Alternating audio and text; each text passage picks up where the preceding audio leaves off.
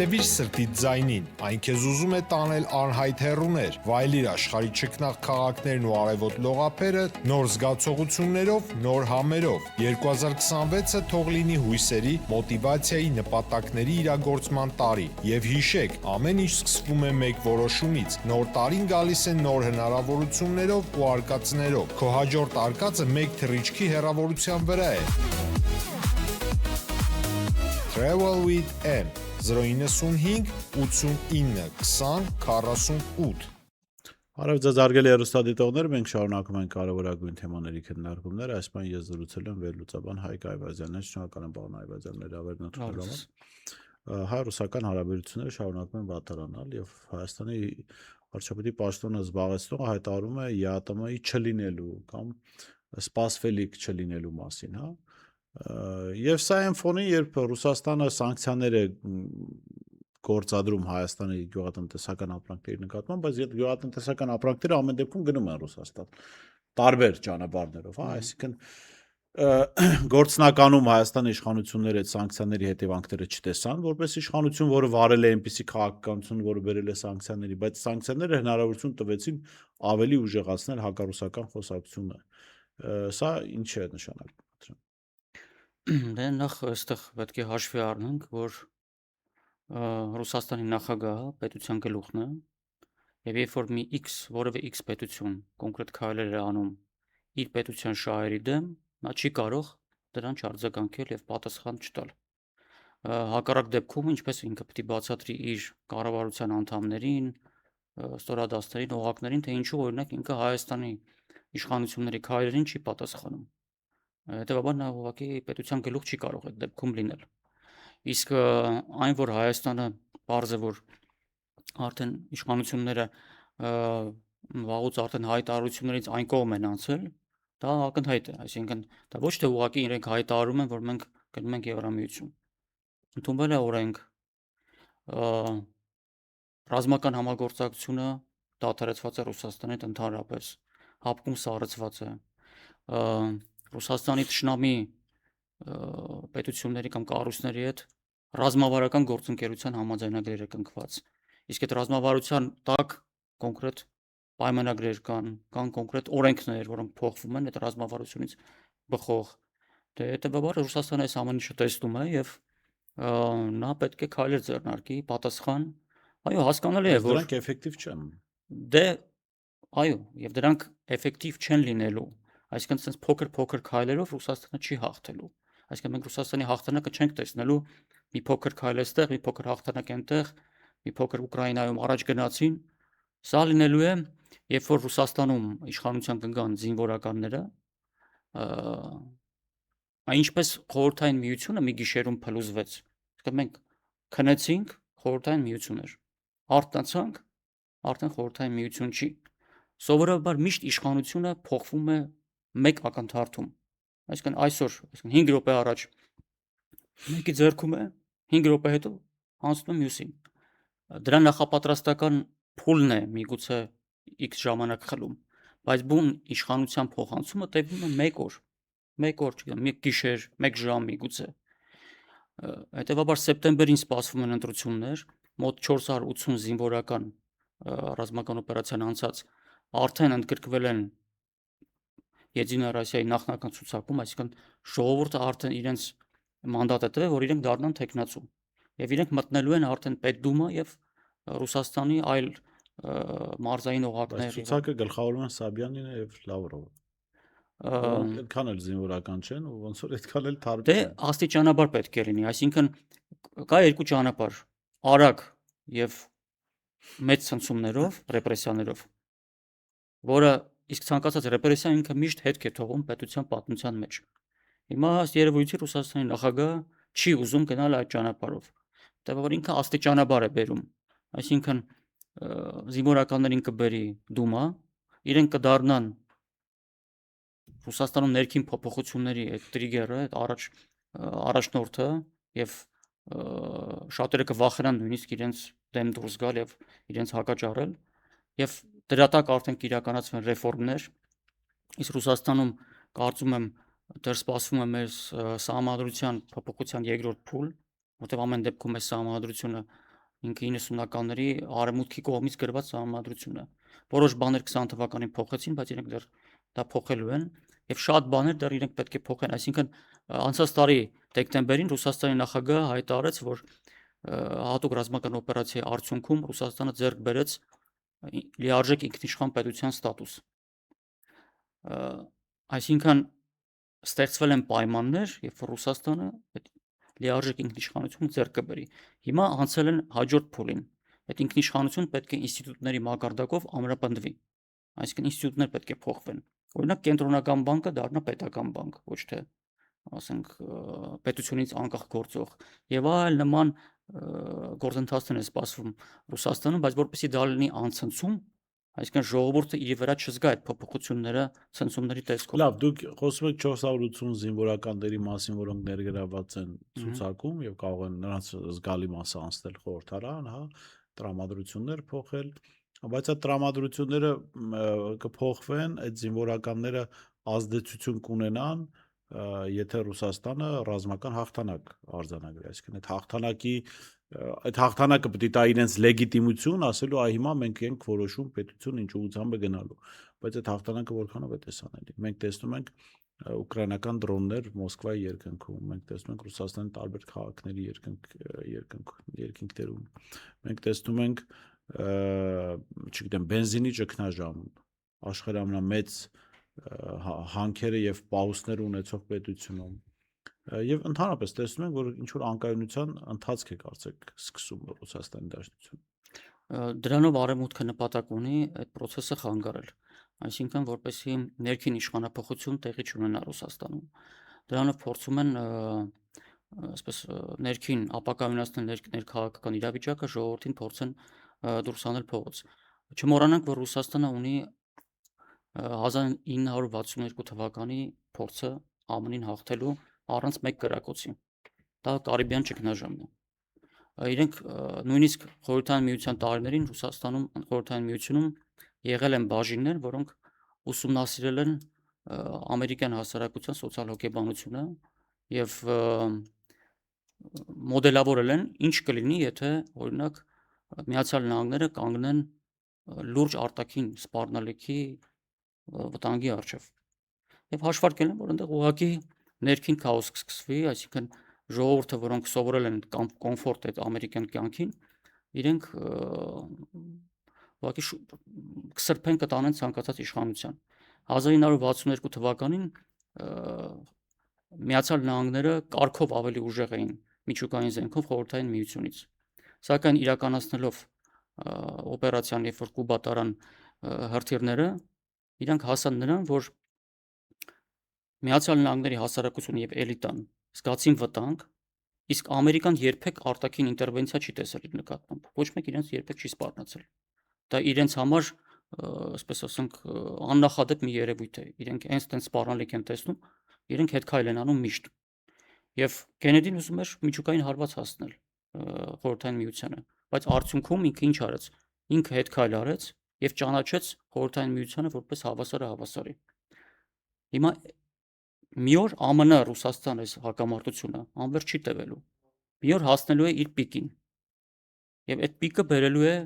միջուկային ճգնաժամի։ Հենց դրա համար Պուտինը պարբերաբար ինչ որ ասենք ստրատեգիական միջուկային զինատեսակների փորձարկումներ են անում, զորավարժություններ են անում, դա ուղղված է ԱՄՆ-ին։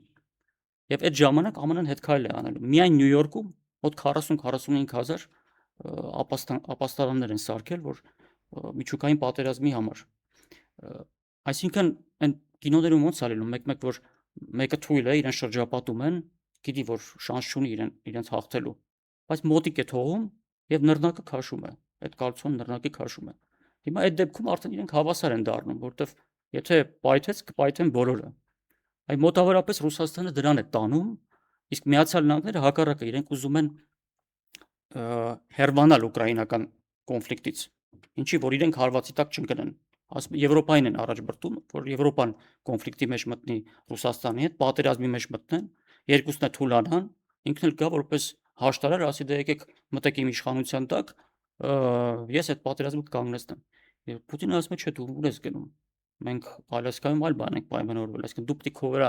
պատասխանատվություն վերցնես սանձես Եվրոպային։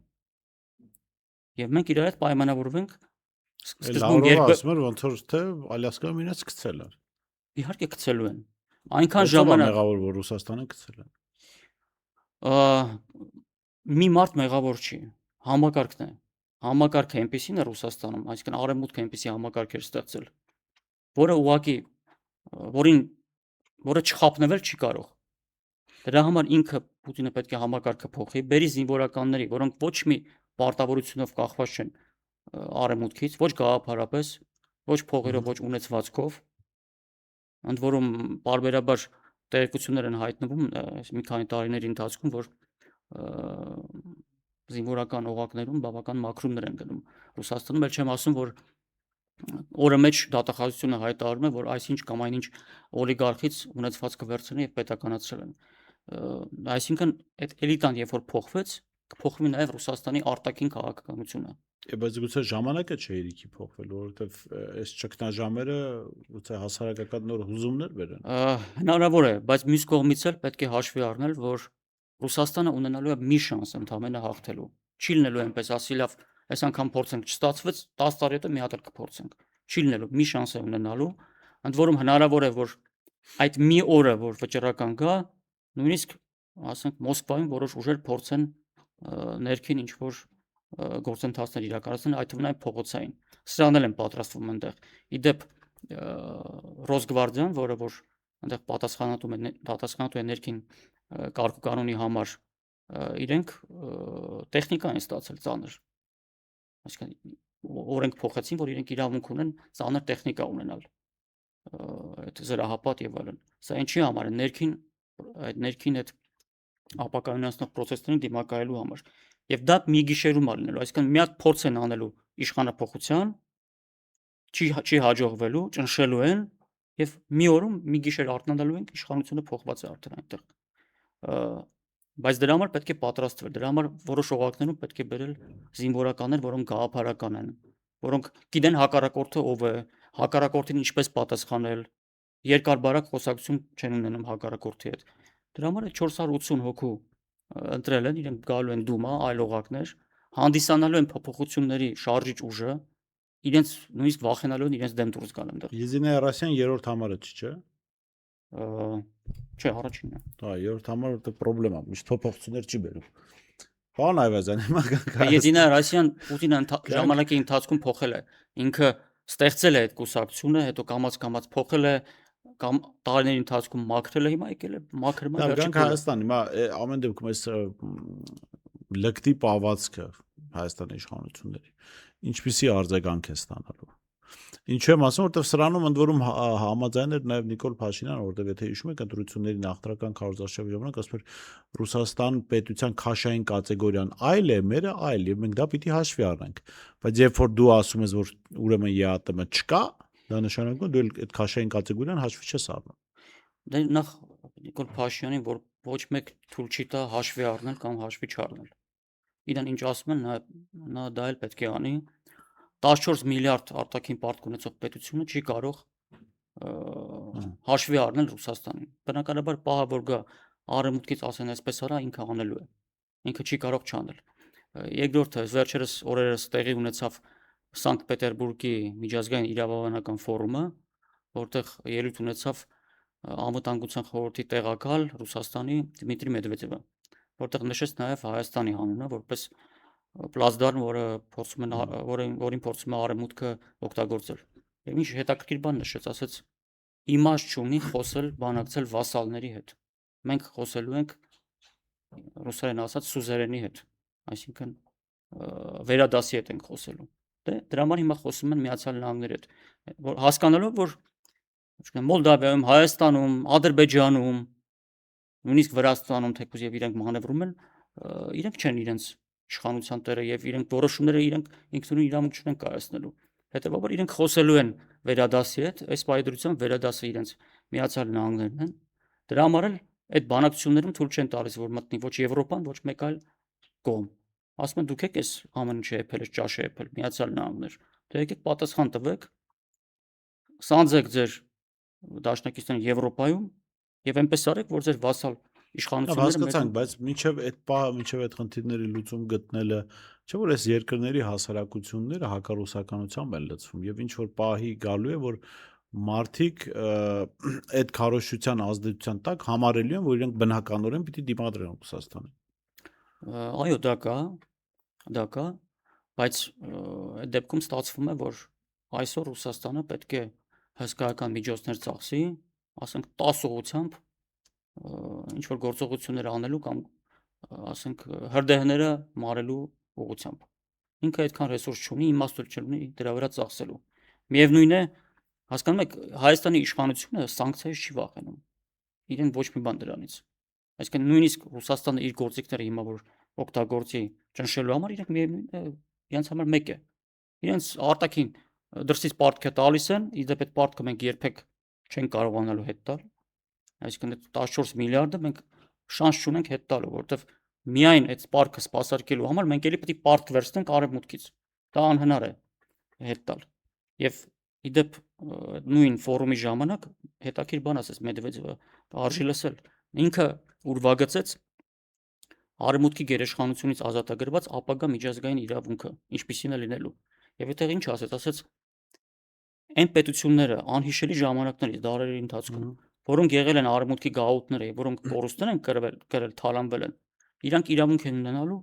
փոխհատուցում ուզել արևմուտքից դրա համար։ Ավելին ասեց գաղութատիրությունը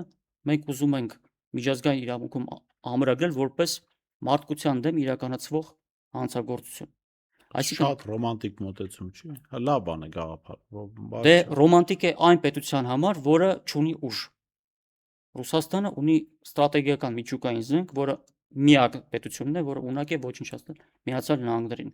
Այսինքն ինքը Միացյալ Նահանգների հետ է գալու համաձայնության։ Որ ասում եք Միացյալ Նահանգներն դա միացյալ աշխարհը ոչնչացնեն, բայց բոլորս են, չէ՞, վատ ուժերու դրա։ Չէ, հասկանալի է, բայց ոչնչացնելու մասին։ ԱՄՆ-ն որպես միակ գերտերություն ինքը վախենում է միայն Ռուսաստանից, որովհետև միայն Ռուսաստանը կարող է իրեն ոչնչացնել։ Հետևաբար միայն Ռուսաստանի հետ ինքը հաշվի կնստի։ Եվ հետևաբար, երբ որ պահը գա միջուկային ճգնաժամի, Միացյալ Նահանգները հարցնելու են, ասելու են Ռուսաստան ինչ անենք, որ Նյու Յորքի վրա քո հրթիռները ուղղված չլինեն, ինչպես եղել է Խորհրդային Միության տարիներին։ Իսկ գուցե միջև հարցնելը փորձեն պայթեցնել Ռուսաստանին։ Փորձելու են իհարկե։ Իհարկե փորձելու են։ Գուցե նաև ստացվի։ Հնարավոր է եւ ստացվի։ Ես կարծում եմ քիչ հավանական է, բայց հնարավոր է։ Այդ հավանականությունը կա։ Բայց երբ որ հաղթանակի ստրատեգիան իմ կարծիքով Ռուսաստանը արդեն տեսնում է, ինքը չի շեղվելու դրանից։ Այսինքն ինչի ինքը ռեսուրս ծախսի 100 ուղղությամբ, եթե ինքը գիտի, որ մի ուղղությամբ ծախսի, հավանականությունը շատ ավելի մեծ է հաղթանակի։ Այո, ձեր ասածը կա, որ այդ ժամանակը արևմուտքը օգտագործելու է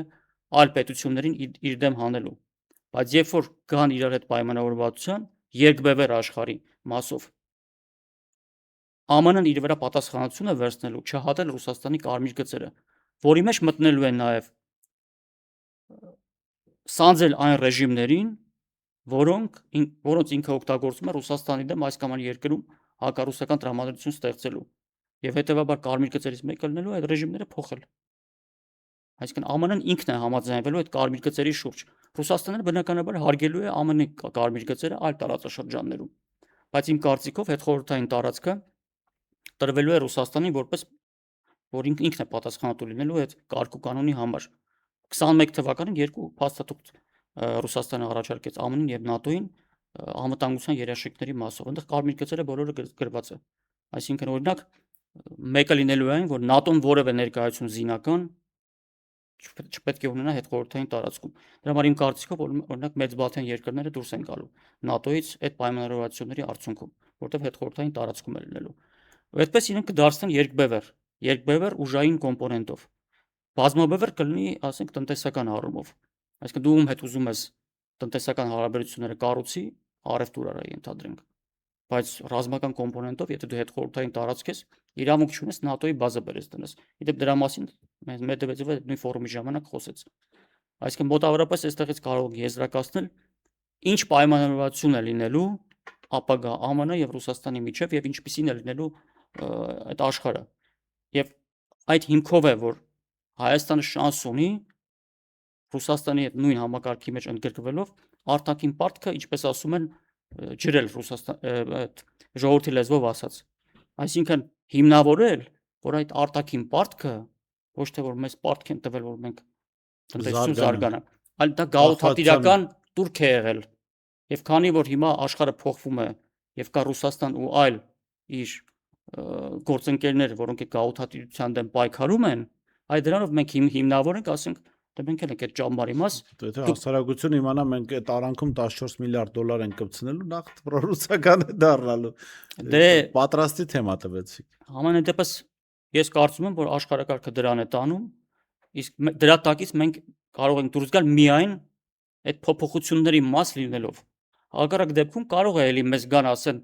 Ռուսաստանը ասի դե լավ իմ եղբայր ժողովուրդն ես քրիստոնյա, ես քեզ եք ազատագրեմ։ Բայց այդ դեպքում մենք ոչ մի պայման չեն կարող դնել։ Շատ լավ, պարոն Այվազյան, իսկ փոփոխություններին քանի օր մնաց։ Եթե օրերով հնարավոր է ասել։ Դե օրերով շատ դժվար է ասել, դա կարող է լինել 1 ամիս հետո, 1 տարի հետո, կարող է լինել 5 տարի հետո։ Ոչ մի Բայց նաև կարող է չլինել։ հնարավոր է։ Դե Չբացառենք։ ցանկացած պատերազմում կարող է լինել պարտություն, կարող է լինել հաղթանակ։ Բայց այս պայի տվյալներն ասում են, որ դա պետք է Ռուսաստանի հաղթանակով ավարտվի։ Դե այն փոփոխությունները, որ տեղի ունենում Ռուսաստանում, դրան են տանում, բայց մինչև Ռուսաստանը ներքին փոփոխությունները չիրականացնի, չավարտի, ինքը այդ հաղթանակի գնալ չի կարող։ Իրականում, եթե ուզում եք իմանալ, իմ կարծիքով, հատուկ ռազմական օպերացիան ավելի շուտ ձեռնտու է Ռուսաստանին այն առումով, որ դրանով ինքը ստեղծեց նախադրյալն այդ ներքին փոփոխություններին։ Երկարաձգում ավելի շուտ։ Հատուկ ռազմական Հիմա պատկերացնենք 22 թվականին Կիևը արագ վերցներ։ Մոտիվացիա չէր լինի այս ներքին փոփոխությունները անելու։ Ամեն ինչ կմնար այնպես։ Ընդհակառակը քարոզությունը կասեր, տեսակ մենք ինչ հզոր Ռուսաստան ենք, մի օրում Կիևը վերցրինք։ Ուրեմն մենք ոչ մի խնդրեմ ներսում չունենք։ Հզոր պետություն ենք։ Իսկ այդտեղ խնդիրները սկսեցին քանի տարիների ընթացքում ի հայտ գալ, թույլ կողմերը սկսեցին ի հայտ գալ։ Ի հայտ եկան այն անձինք, որոնք խանգարում էին հաղթանակին, եւ սա հանդիսացավ այս զրկանքները, այդ տարապանքները, կորուստները հանդիսացան, ինչպես ասում են, խթան, որ Ռուսաստանը սկսի այդ ներքին փոփոխությունները իրականացնել։ Շատ լավ, շնորհակալ եմ։ Պարոն Այվազյան, հետաքրքիր զրույցի համար ես շնորհում եմ Հայկ Այվազյանից, տեսություն կհանդիպենք։